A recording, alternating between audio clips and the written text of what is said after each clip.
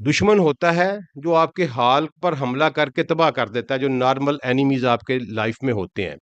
لیکن یہ ایک ایسا عجیب دشمن ہے جو اس دنیا میں آپ کے حال کو مزین کرتا ہے، آپ کے کمفرٹ لیول کو بڑھاتا ہے، آپ کو طرح طرح کے عیش و عشرت میں مبتلا کرتا ہے.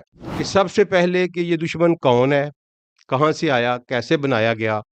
دوسرے نمبر پہ کہ اس کی ہمارے ساتھ دشمنی کیا ہے. اس کے بعد یہ ہے کہ وہ اس دشمنی سے حاصل کیا کرنا چاہتا ہے. پھر اس کے بعد یہ ہے کہ یہ آپریٹ کیسے کرتا ہے. اگلا کویشچن یہاں جنم لیتا ہے کہ اس کا موڈس آپرینڈائی کیا ہے، یہ اپنا آپریشن کیسے کرتا ہے. اور پھر سب سے بڑی بات کہ اس فارمیڈیبل اینیمی کو اوائڈ کرنے کا یا اس کی پریونشن کا اور اس سے بچنے کا کیا طریقہ کار ہے. کیا قرآن نے اس کے اوپر ہمیں کوئی گائیڈنس دی ہے؟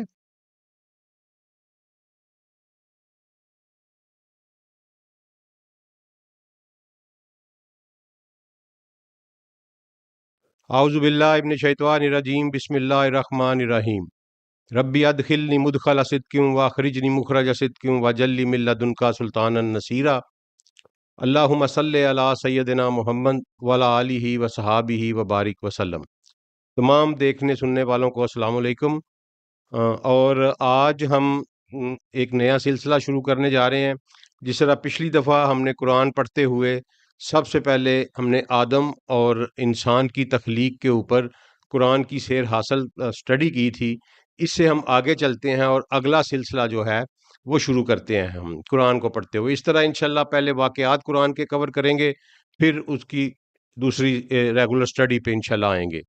تو آج جو سلسلہ ہم شروع کرنے والے ہیں وہ ایک انتہائی دلچسپ اور اس کائنات کا سب سے بڑا مرحلہ اور سب سے بڑا امتحان ہے. رب کائنات نے اس انسان کو بناتے ہوئے ایک ایسا دشمن بھی انسان کے ساتھ جوڑا جو کہ ایک عجیب و غریب قسم کا دشمن ہے. یہ اتنا نچلا گرا ہوا کم ظرف اور خبیث دشمن ہے کہ یہ آپ کے ساتھ دوستی لگا کے، ہمارے ساتھ دوستی لگا کے ہمیں تباہ کر کے پھر اس کے بعد یہ ہنستا ہے.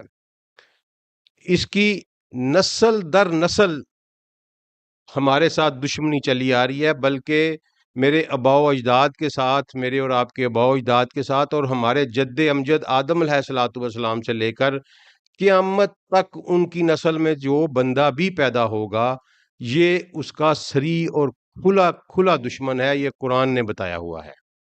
اور یہ ایک ایسا عجیب و غریب دشمن ہے جو کہ آپ کے حال پر حملہ نہیں کرتا. دشمن ہوتا ہے جو آپ کے حال پر حملہ کر کے تباہ کر دیتا ہے، جو نارمل اینیمیز آپ کے لائف میں ہوتے ہیں.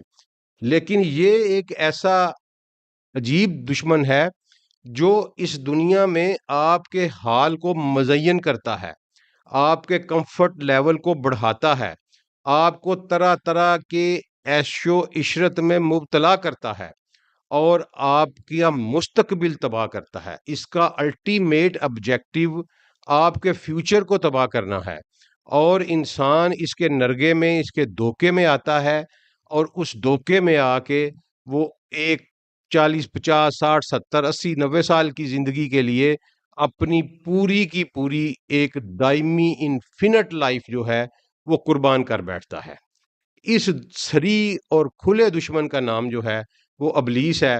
اور آج ہم اللہ کے فضل و کرم سے یہ سٹڈی کریں گے کہ قرآن نے اس کے بارے میں کیا کہا ہے اور یہ ہمیں اسے بچنے کا طریقہ کیا بتایا ہے. تو اسے آگے چلنے سے پہلے میری آپ لوگوں سے گزارش ہے کہ جو انالیسز ہمارے چینل کا سامنے آیا ہے اس میں یہ ہے کہ ہمارے 54% جو ویورز ہیں وہ نان سبسکرائبر ہیں. تو میری اس سے یہ ہوتا ہے کہ الگوریدم جو ہے وہ سلو رہتا ہے اور ریکمنڈیشن جو ہے وہ کم آتی ہے، ویزیبلٹی کم ہوتی ہے یوٹیوب کے اوپر. تو میری گزارش ہے جتنے بھی دوست ویڈیو دیکھیں وہ چینل کو سبسکرائب ضرور کریں اور اس کو شیئر بھی کریں، اس مشن سٹیٹمنٹ کے ساتھ کہ کوئی ساتھ میں اپنے آئے یا نہ آئے، جو ملے گا رستے میں ہم اسے پکاریں گے. اب اس دشمن کی سٹڈی کرتے ہوئے 4-5 بنیادی سوالات ہیں جو جنم لیتے ہیں، جو میرے ذہن میں بھی جنم لیے، اور جو آپ ہر سننے والا جب اس کو سنے گا تو یہ سوالات ضرور جنم لیں گے کہ سب سے پہلے کہ یہ دشمن کون ہے، کہاں سے آیا، کیسے بنایا گیا۔ دوسرے نمبر پہ کہ اس کی ہمارے ساتھ دشمنی کیا ہے، یعنی ہمارے آباء و اجداد سے لے کر ہمارے جد امجد تک ہمیں کوئی ایسی چیز نہیں ملتی جس سے یہ ثابت ہو کہ انہوں نے اس کا کچھ بگاڑا تھا۔ تو پھر اس کی ہمارے ساتھ کیا دشمنی ہے، یہ ایک بڑا جینون کویشچن ہے۔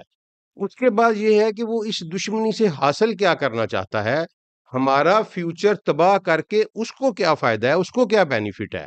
اب کوئی نہ کوئی چیز تو ایسی ہے جس کی بنا پہ وہ ہمارا فیوچر جو ہے وہ تباہ کرنے پہ تلا ہوا ہے، اور کوئی نہ کوئی بینیفٹ تو اس کو مل رہا ہے، اس کو دیکھیں گے۔ پھر اس کے بعد یہ ہے کہ یہ آپریٹ کیسے کرتا ہے، اگلا کویشچن یہاں جنم لیتا ہے کہ اس کا موڈس آپرینڈائی کیا ہے، یہ اپنا آپریشن کیسے کرتا ہے۔ اور پھر سب سے بڑی بات کہ اس فارمیڈیبل اینیمی کو اوائڈ کرنے کا یا اس کی پریونشن کا اور اس سے بچنے کا کیا طریقہ کار ہے، کیا قرآن نے اس کے اوپر ہمیں کوئی گائیڈنس دی ہے؟ تو قرآن نے بڑا مفصل بیان کیا ہے ابلیس کے اوپر، اور ایک بڑا خوبصورت مکالمہ ہے اللہ تعالیٰ کا قرآن میں جو اللہ نے نقل کیا ہے ابلیس کے ساتھ، اور اس سے ہمیں ساری حقیقت سمجھ آ جاتی ہے۔ ویسے تو اللہ تعالیٰ نے بہت جگہ ذکر کیا ہے، میں آپ کو چند امپورٹنٹ ریفرنسز دوں گا قرآن سے، جس سے انشاءاللہ ساری بات آپ کی سمجھ میں آ جائے گی کہ یہ کیا ہے، کہاں سے آیا ہے، کیوں ہے، اور ہمارے ساتھ یہ کیا کرتا ہے، اور ہم اسے کیسے بچ سکتے ہیں۔ تو آنے والی 1-2 ایپیسوڈ اس پہ لگیں گی، تو انشاءاللہ ہم اس کو سٹڈی کریں گے۔ تو سب سے پہلے یہ ہے کہ یہ ہے کون؟ تو یہ سورہ الکہف کی آیت نمبر 50 میں واضح طور پر اللہ نے ہمیں بتایا کہ یہ کون ہے، اور اس کا ترجمہ کہ جب ہم نے فرشتوں کو حکم دیا کہ تم آدم کو سجدہ کرو تو ابلیس کے سوا سب نے سجدہ کیا، اور وہ جنوں میں سے تھا۔ کانا من الجن، یہ اللہ نے کہا کہ اس کا مطلب ہے کہ یہ جو ہے اس کا جو قبیلہ ہے، اس کی جو بیسک سپیشی ہے وہ جن ہے۔ جس طرح ہماری بیسک سپیشی جو ہے وہ انسان ہے، بشر ہے، اور ہومو سیپین ہے، اس طرح اس کی بیسک سپیشی جو ہے وہ جن ہے۔ اب جن جو ہے یہ کیا ہے، اور یہ کب بنائے گئے؟ اگر یہ جنوں میں سے ہے تو ہمیں یہ دیکھنا پڑے گا کہ جن کیا ہے اور جن یہ کیسے بنائے گئے۔ تو اللہ تعالیٰ نے پھر اس کے بعد یہ سورہ ہجر کی آیت نمبر 27 میں اللہ نے کہا کہ ہم نے آدم سے پہلے جنوں کو نار سموم سے تخلیق کیا۔ اب یہاں یہ ایک بہت بڑی غلط فہمی جو عام ہمارے غلط العام ہے، اور کہا جاتا ہے کہ ابلیس جو ہے یا شیطان جو ہے اس کو آگ سے پیدا کیا گیا۔ قرآن نے یہ نہیں کہا کہ اس کو نار سے پیدا کیا گیا ہے۔ قرآن نے واضح طور پر کہا وَالْجَانَ خَلَقْنَهُ مِنْ قَبْلُ مِنَ النَّارِ السَّمُومِ، ہم نے اسے نار سموم سے پیدا کیا ہے۔ اب نار سموم کیا ہوتی ہے؟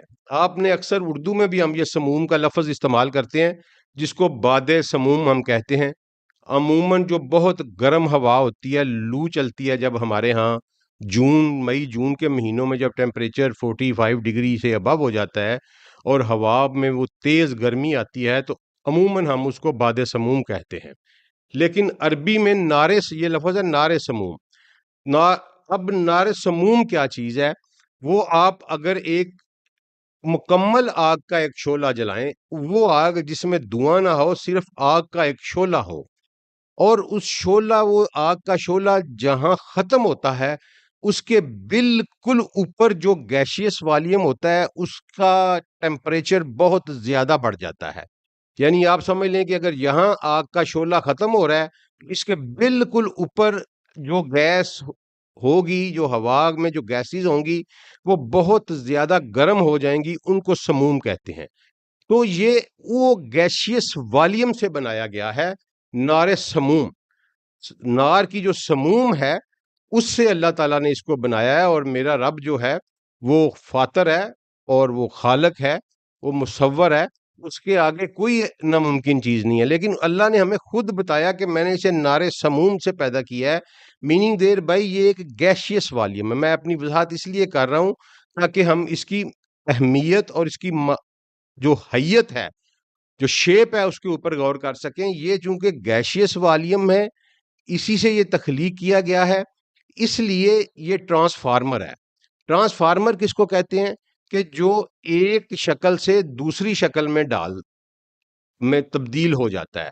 یعنی گیشیس والیوم کو جب آپ سالڈیفائی کرتے ہیں تو جس طرح کے آپ اس کو سانچے میں ڈالیں گے وہ اسی سانچے میں ڈل جائے گا. تو اللہ نے اس کو یہ ایبلٹی دی ہے کہ چونکہ یہ نار سموم سے پیدا کیا گیا ہے، اور نار سموم یعنی وہ گیشیس ہاٹ گیشیس والیوم، جس کی وجہ سے یہ ٹرانسفارمر ہے اور اپنی شکلیں تبدیل کر لیتا ہے. اور اس کے ہمیں بہت سارے ایویڈنسز ملتے ہیں. یہ پیغمبران کو ملتا رہا انسانی روپ میں، یہ کفار کو ملتا ہے انسانی روپ میں. میں اس کی 2-3 مثالیں دے دیتا ہوں کہ جب کفار مکہ نے نبی کریم صلی اللہ علیہ وسلم کے خلاف ایک گناؤنی سازش تیار کرنے کے لیے ندوہ میں جب اجلاس طلب کیا مکہ کا، تو یہ وہاں ایک بوڑھے نجدی شیخ کے روپ میں یہ وہاں گیا. یہ صحیح حدیث ہے کہ یہ باقاعدہ انسانی روپ میں ایک بزرگ کا روپ دھارے ہوئے گیا، اور جب اسے پوچھا گیا کون ہو تو اس نے کہا جی میں نجد کا ایک شیخ ہوں. انسانی روپ میں گیا. پھر اس نے غزوہ بدر میں سراقہ بن مالک بن جشم کا روپ دھار کے کفار کو دھوکہ دیا اور ان کو رسول اللہ صلی اللہ علیہ وسلم پر چڑھائی کرنے پہ ابھارا. اور جب اس نے دیکھا کہ فرشتوں کی جماعت جو ہے وہ اتر آئی ہے تو یہ وہاں سے بھاگا. اور یہ باقاعدہ رپورٹڈ ڈاکومنٹڈ چیز ہے کہ اس کو سرداران قریش نے پکارا کہ او سراقہ تم کہاں بھاگتے جا رہے ہو. تو اس نے وہاں ایک جملہ کہا جو بہت اہمیت رکھتا ہے. اس نے کہا کہ میں وہ دیکھ رہا ہوں جو تم نہیں دیکھتے.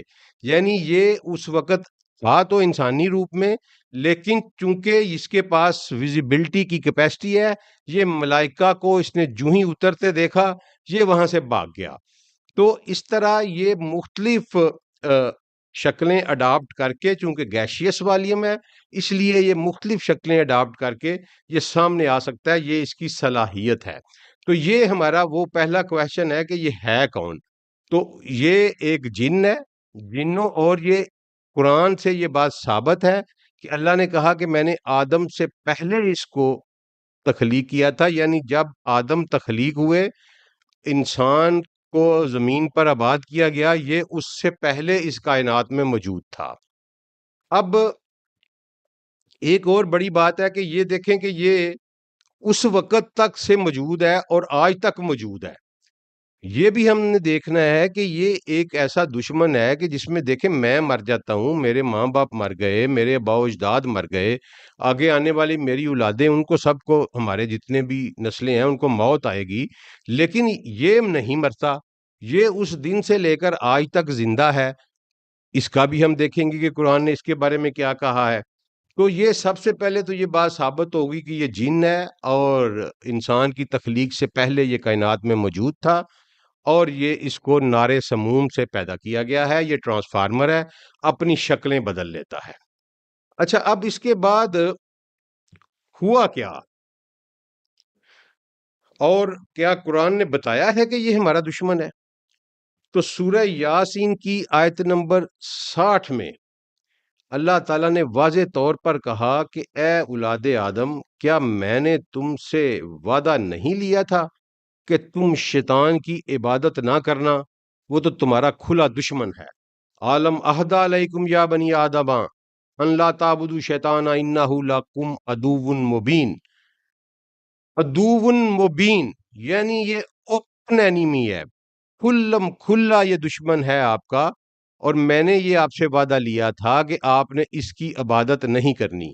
اب یہاں رک کے ہم نے صرف یہ دیکھنا کہ عبادت کا کیا چیز ہے، کیونکہ اللہ نے منع کیا گیا ہے کہ اس کی عبادت نہیں کرنی. اور ایک جگہ پھر قرآن نے کہا کہ اے بنی آدم، تم شیطان کی عبادت نہ کرو بلکہ میری ہی عبادت کرو، وَهَذَا صِرَاطٌ مستقیم، اور یہی سیدھا رستہ ہے. تو اس طرح عبادت کیا چیز ہے؟ عبادت کا وہ ورڈ ہے جس کو ڈیلیبریٹ اٹیمپٹ کے ساتھ ہماری جو ریلیجیس تھاٹس تھیں، ہماری جو دینی تھاٹس تھیں، اس میں عبادت کے ورڈ کو، اس کے مفہوم کو کرپٹ کیا گیا، اور بہت بڑے حکمران طبقے نے اس کو جب دین کو ایوان کے اقتدار سے نکالا اور پھر عبادت کے لفظ کو انہوں نے محدود کیا، آپ سمجھ لیں کہ صرف ورشپ کی حد تک، اور عبادت کا جو اصل مفہوم تھا اس کو غائب کیا، اور اس پہ ہمارے دشمنوں نے بھی بہت کام کیا اور آج تک کر رہے ہیں۔ کیا عربی زبان میں عبادت اسی کو کہتے ہیں، ورشپ کو یا پوجا پاٹ کو؟ یا نماز، روزہ، حج، زکات جسے ہم کہتے ہیں، کہ یہی عبادت ہے؟ بالکل قطعی طور پر نہیں۔ عبادت کا عربی میں مفہوم یہ ہے کہ جس کے قانون کے تحت آپ زندگی گزارتے ہیں، آپ کی زندگی کے وہ 4-5 وہ تمام صفیح، یعنی آپ کی اخلاقیات، آپ کا معاشیات، آپ کی معاشرت اور آپ کے عقائد جس قوت کے قانون کے تحت گورن ہوتے ہیں، دراصل آپ اس کی عبادت کر رہے ہوتے ہیں۔ یہ بہت، اس نے مولانا مودودی کو اللہ اجر عظیم عطا کرے، انہوں نے اس کے اوپر بحث کی اور اس کو پوری امت کو یہ بات سمجھائی انہوں نے کہ عبادت کا مفہوم کیا ہے۔ اب اگر آپ اللہ کی جگہ پہ کسی اور کے قانون کے تحت زندگی گزار رہے ہیں، تو آپ بھلے سے کہتے پھریں کہ لا الہ الا اللہ اور نمازیں پڑھتے پھریں، لیکن جب آپ کی زندگی کے مراحل جو باقی 3 بچے وہ گورن نہیں ہو رہے اللہ کے قانون کے مطابق، تو آپ ان 3 مراحل میں اللہ کی عبادت نہیں کر رہے، آپ کسی اور کی عبادت کر رہے ہیں۔ اور یہ بالکل، جب ہم طاغوت کو اسٹڈی کریں گے تو میں اس کو اور کھولوں گا کہ اس کے یہ عبادت کیا چیز ہوتی ہے۔ یہاں آپ یہ سمجھ لیں کہ اللہ نے کہا کہ اس کی عبادت نہیں کرنی، اس کا مطلب یہ ہے کہ یہ ان چاروں سفیر آف لائف میں اپنا قانون لے کے آئے گا۔ یہ بات ذرا سمجھ لیجئے کہ یہ جو میں نے 4 سفیر آف لائف بیان کیے ہیں، جو کہ ہمارے میجر سفیر آف لائف ہیں، اخلاقیات ہے، ہماری عبادات ہیں، ہماری معاشرت ہے اور ہماری معاشیات ہے، ان کے اوپر یہ اپنے قوانین لے کے آئے گا اللہ کے مقابلے میں۔ اور اگر ہم نے وہ قانون کیے تو یاد رکھیے کہ اس کائنات میں صرف قانون بنانے کا حق صرف اللہ اور اس کے رسول صلی اللہ علیہ وآلہ وسلم کو حاصل ہے۔ اس کے علاوہ کوئی قانون نہیں بنا سکتا۔ جتنی بھی قانون سازی کی جائے گی وہ ان کے احکامات کے تحت کی جائے گی۔ اگر اس قانون کا منشا اللہ اور اس کے رسول نہیں ہے تو سمجھ لیں کہ وہ ہم اس جو اس کا منبع ہے اس قانون کا، اس کی ہم عبادت کر رہے ہیں۔ مثلا فار ایگزامپل، اسلام یہ کہتا ہے، ہمارے نبی نے یہ کہا، قرآن نے یہ کہا کہ ربا کا جو سسٹم ہے، یہ جو سودی نظام ہے، یہ اللہ اور اس کے رسول کے ساتھ جنگ ہے۔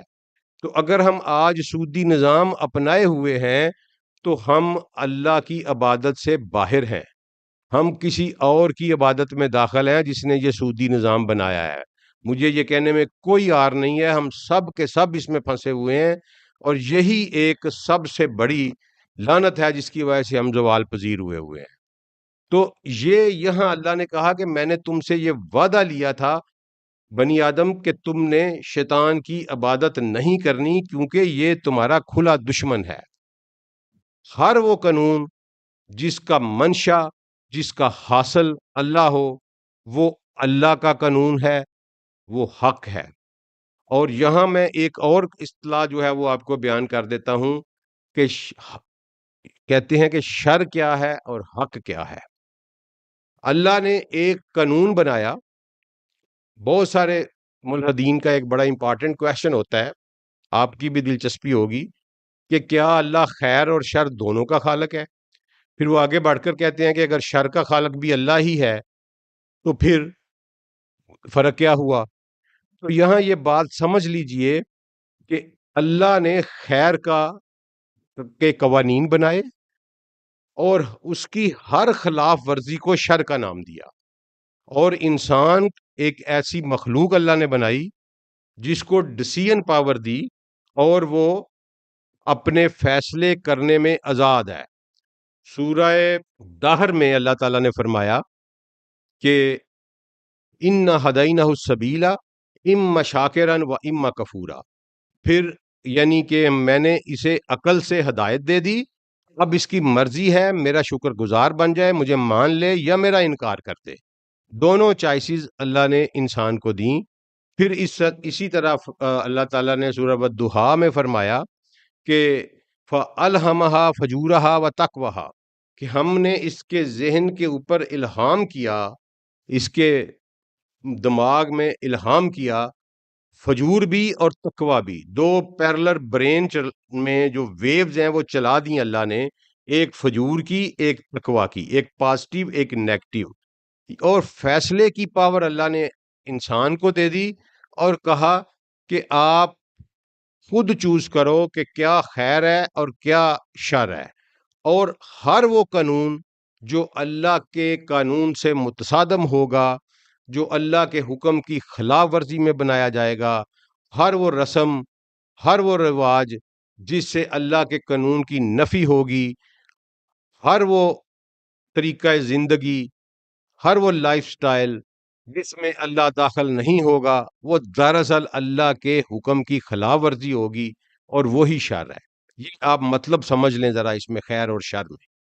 تو ہر وہ قانون جو اللہ کی منشا، جس کا اینڈ اللہ ہوگا، جس کا آبجیکٹو، جس کا حاصل اللہ ہوگا، چاہے وہ آپ کا فعل ہے، قول ہے، چاہے وہ آپ کی شادی ہے، آپ کا نکاح ہے، آپ کا رسم ہے، آپ کا رواج ہے، آپ کی اکنامکس ہے، آپ کا وے آف ارننگ ہے، آپ کا وے آف لیونگ ہے، اگر وہ اللہ کے قوانین کے مطابق ہے تو وہ خیر ہے، اگر وہ اللہ کے قوانین کے خلاف ہے اور خلاف ورزی کی چائس اللہ نے انسان کو خود دی ہے، تو پھر آپ دیکھ لیں کہ وہ شر ہے۔